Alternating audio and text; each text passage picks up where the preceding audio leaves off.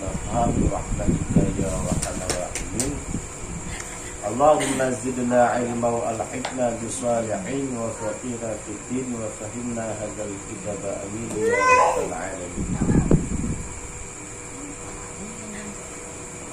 Adapun jika ada baginya udhur seperti ikhtilam ia dalam masjid, itu kan? Ya. Sakit. Dia ada nunggingnya. Minta adiknya. Jangan terus. Dan sukar atasnya keluar daripadanya sebab terkunci pintu masjid. Ya.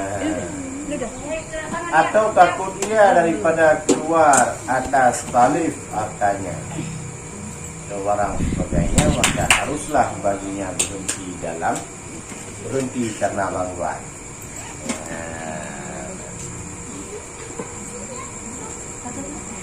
Jadi apabila suatu hal terjadi kepada seseorang yang dalam masjid, seseorang itu tidur di masjid atau sebagai marbut, tiba-tiba malamnya ia ikhtilam, bermimpi. Bermimpi dan sukar untuk keluar daripada masjid dengan cara mungkin sebab terkunci pintu atau lain sebagainya.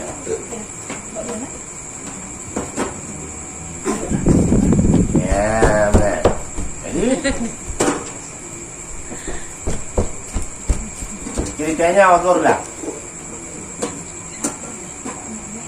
Atau takut ia daripada keluar atas tali harta.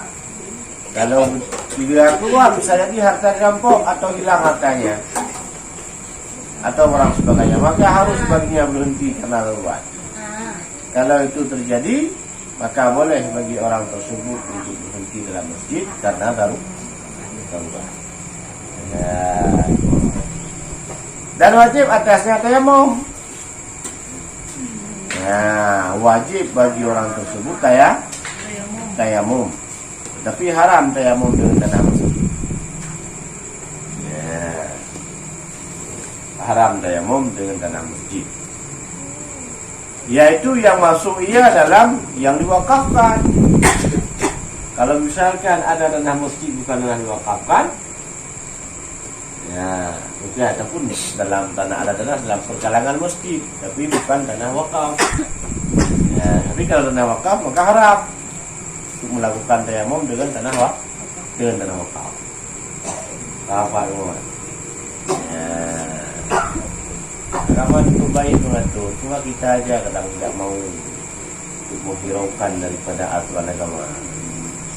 Sepele bagi kita. Tapi yang dipakai tayamum.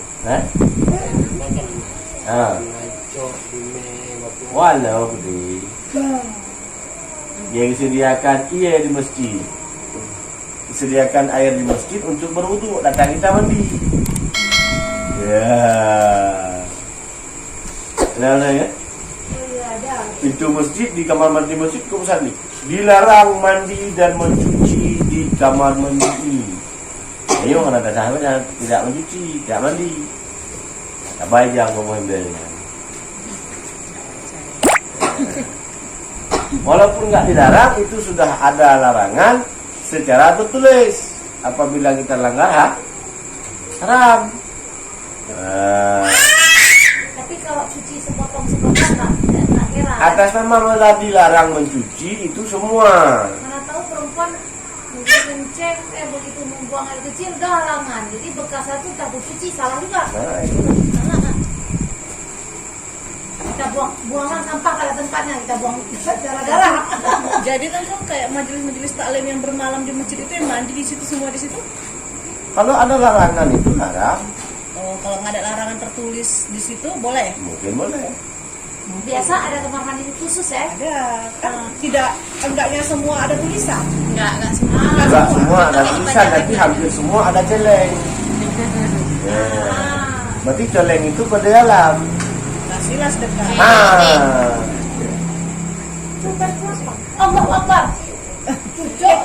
Anak-anak loncat. Ngapain ke situ di Krina? Jangan situ, jangan situ. Ada Bakar apa? lu. Hah? Mana HP? Mana nih mak takut? Nggak boleh situ, itu naik ulah pacak-pacak di situ banyak kodok di Krina. Kecoak banyak di situ. Lucu. Hah? Tunggu ikan. Pepak yang Jadi kalau nak celeng, kalau ada celeng, itu boleh. Kalau ada celengan, di Krina. nggak ada tulisan, Ya boleh. ikut tarif lah. Hah? Ikut tarif mandi 2.000. Kencing 1.000. Celengannya nggak ada misalnya.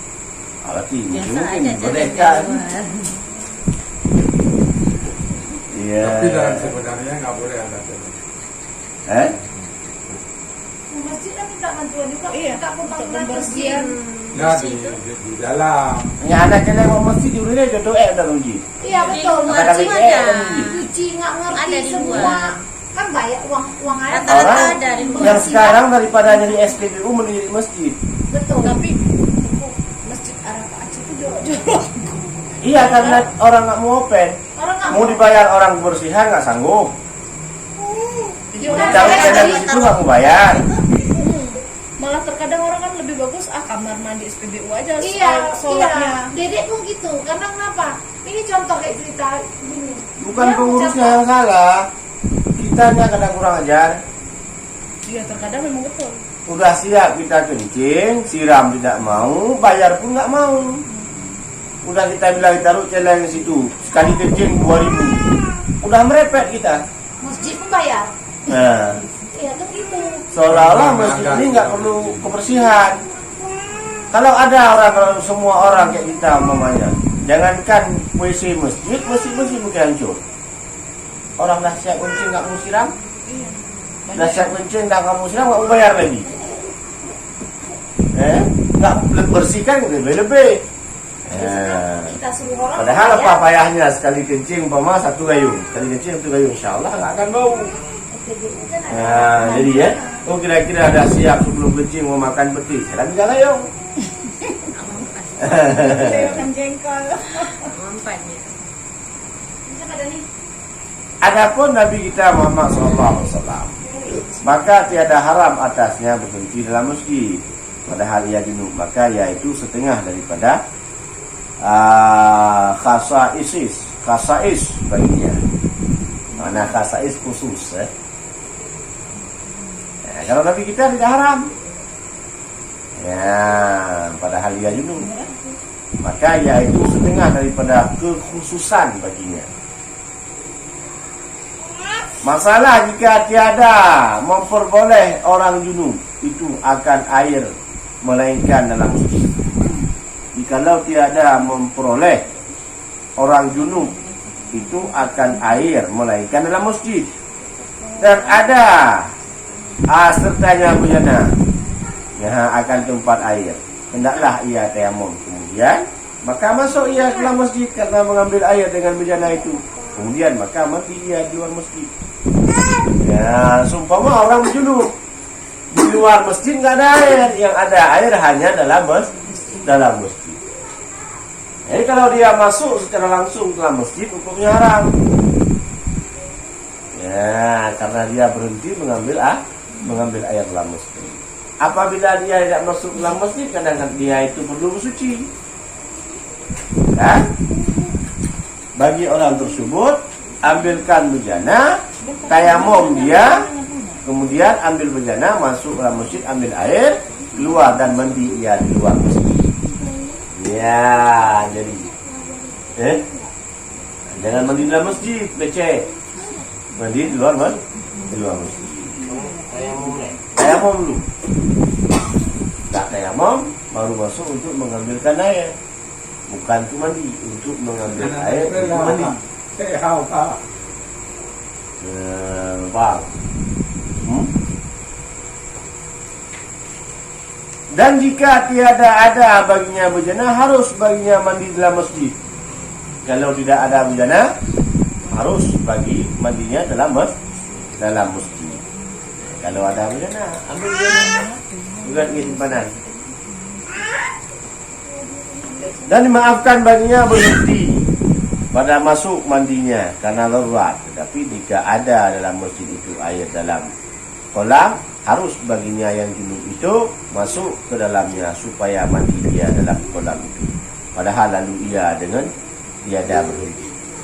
Ya, kalau dalam masjid ada kolam mau ya. Maka mandi dia dalam kolam dengan tidak berhenti berenang. Masuk dari sini, keluar dari sana. Ya. Paham? Nah, mungkin sekarang sudah nggak ada lagi masjid yang ada kok. Nah, mungkin dulu ada. Nah, sih ada kolam kan. Kolam ikan. Di luar masjid. Luar masjid emang. Ya. Ini dalam Masjid masjid. Perlak, Masjid Perlak kan juga di luarnya tuh banyak kolam. Tapi di Ya, luar. di usul tu tempat kampung itu kolam besar. Di luar, ini kita dalam masjid kolamnya. Kolam satu, di luar. Di luar, ini kita kolam dalam masjid. Ya, paham? Kira-kira? Titik, kalau ada yang mau dipertanyakan, boleh dipertanyakan di masjid.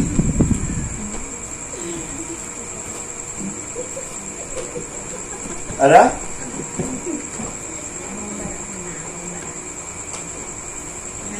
Kata Pak.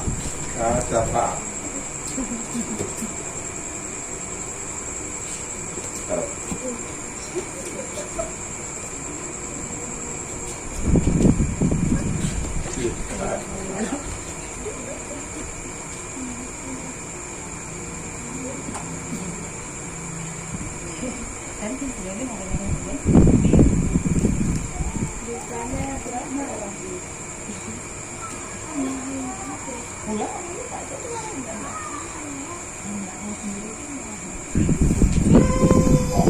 Masalah jika lalu seorang laki-laki dengan istrinya dalam masjid. Padahal jima ia dengan dia sambil berjalan. Ya. Ini kameng dia. Haramlah atasnya yang demikian itu. Ya.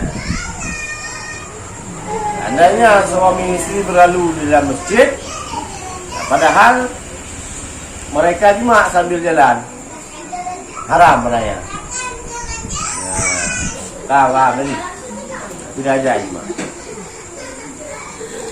Dan jikalau diharuskan baginya, bagi yang junub itu lalu dalam masjid sekalipun, walau yang junub boleh lalu dalam masjid sekalipun. Tapi apabila jima sambil jalan dalam masjid ataupun jima dalam masjid, hukumnya haram. Nah, walau hana idam tadi sambil dia, ya ibu ayo. Nah, walau demikian, hukumnya haram. Cuma sejahat-jahat ataupun ya itulah sejahat-jahat kita, tak sampailah kita jima dalam masjid. Nah, tapi walaupun guna ini tidak ada. Padahal dalam kita dilarang, bukan ada timbul. Ada yang Nah, itu jima ini suami istri yang datang ke masjid mesum, Iya. bukan jima mesum. Nah, lain bahasa mesum dengan jima. kalau kita dijimain sama orang, tapi nggak kena, umpama dia lagi sholat, namanya. di dalam masjid itu dia lagi sholat. Rupanya datang orang gila di belakang, dia sibuk itu sampai punya dia sendiri sampai belum Itu pulang bukan jima namanya. Gila, masa dari belakang itu sholat kita sah. Ini apa urusan kita sama dia? Rasanya kalau kita diterima kita pergi deh. Lagi sholat di kita. Iya, kita sama dia apa urusan? Kecuali dia itu keluar, yang keluar itu mandi. Kalau seandainya keluar mandi, ya nggak apa-apa. Kita kan nggak tahu, Mak. Nah, biasanya orang yang bersangatan syahwat didahulukan oleh mandi, baru mandi. Nah, didahului oleh mandi. Mandi itu najis. Apabila bercampur mandi dengan mani, maka ia itu najis. Karena bercampur barang yang suci dengan najis, maka najis. Nah, jadi apabila terkena najis, menanggung najis dalam sembahyang, maka hukumnya haram. Batal Jangan sembahyang. sini, situ. Jangan dekat sini.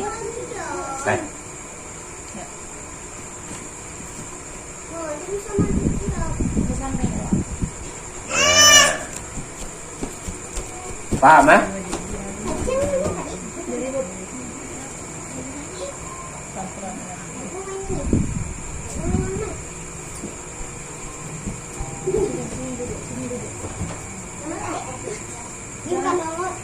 Jangan main. Yang boleh cuma adik dia. Dan jikalau berhenti laki-laki yang junub ia dan istrinya di dalam masjid karena udhur, haram atasnya jima. Haramlah atasnya jima dengan dia. Dan jika harus bagi yang junub itu berhenti dalam masjid karena udhur sekalipun. Ya. Walau si junub boleh berhenti dalam masjid karena udhur, tapi orang yang jima haram berhenti dalam masjid. Jikalau dengan kata masjid itu madrasah dan ribat dan musalla, musalli Aid, maka tiadalah haram atas yang junub berhenti. Dan keluar dengan kata masjid itu madrasah. Kalau madrasah tidak haram, ya musalla tidak haram, ya tempat sembahyang Id tidak haram. Ya.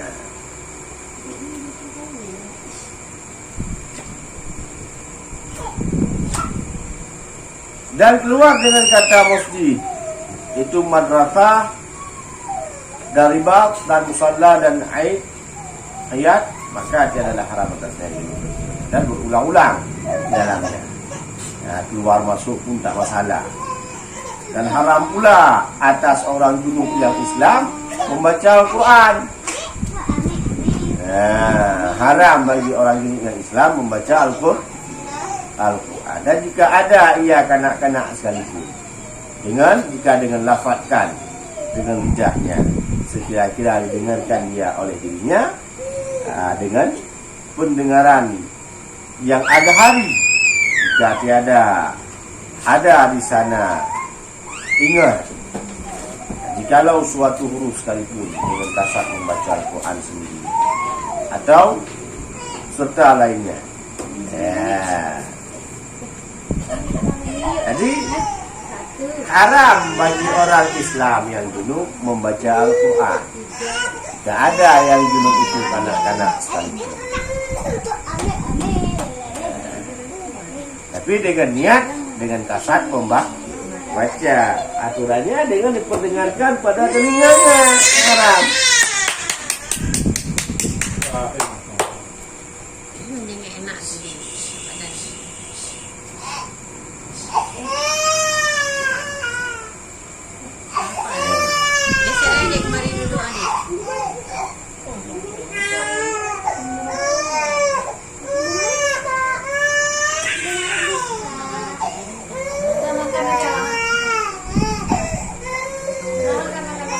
Kemudian, walau dengan cara didengar oleh telinga sendirinya, pada masa ada di sana itu, yaitu dalam keadaan tidak ribut. Ya,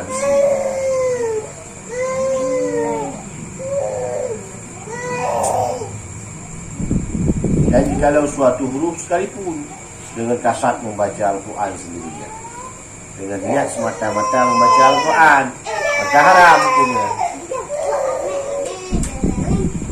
Bang, kira-kira seperti sabda Nabi SAW, la yaqra'ul janaban wala haidan syai'an al-Quran. Artinya janganlah membaca orang junub dan perempuan yang haid akan suatu daripada Al-Quran, tapi wajib atas orang junub yang ketiadaan air dan tanah membaca Fatihah dalam sembahyang. Ya, karena terhenti sah sembahyang, sembahyangnya atas membaca Fatihah. Maka dari karena inilah tiada harus bagi yang membaca surat yang lain daripada Fatihah. Orang junub dibawa ke sembahyang, air tak ada, tanah tak ada. Ya, lepak dulunya. Artinya tiada bisa dia tayamum atau tiada bisa ia bersuci. Berarti kan posisinya tanah tak ada, air tak ada air, tak ada tanah. Ya, tapi wajib sembahyang. Dan dalam sembahyang wajib membaca Al-Fatihah. Maka tak boleh membaca ayat. Ini posisi umpamanya orang yang lagi diikat di pokok kayu. Lagi diikat, dia mimpi dengan janabah. Ini kan waktu sembahyang tiba, dia harus sembahyang.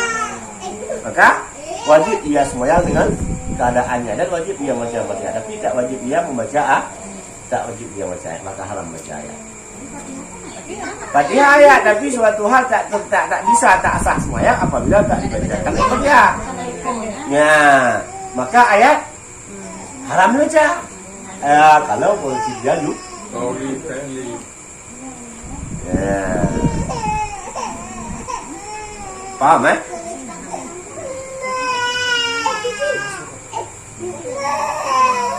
Adapun jika dibaca Al-Quran itu dengan hatinya dua atau dengan lidahnya, tetapi tiada didengar akan dia oleh dirinya, seperti demikian itu, maka tiadalah haram dan tiada makruh. Tapi jika ada ia di itu, kalau kelu, yang junub itu kelu, maka haram atas yang baca Al-Quran dengan isyarat.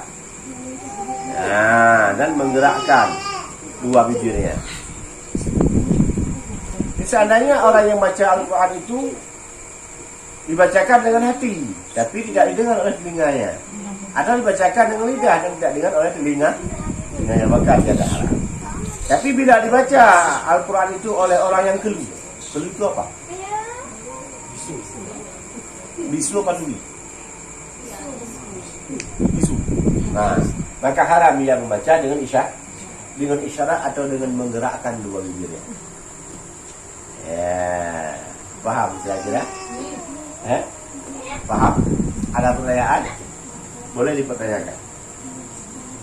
Ada kira-kira?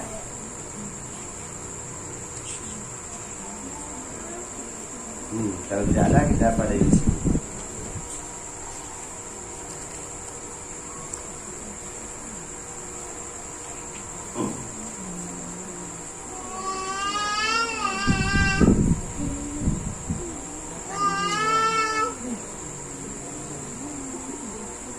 Wallahu a'lam bishawab. Ilaihi raji'un.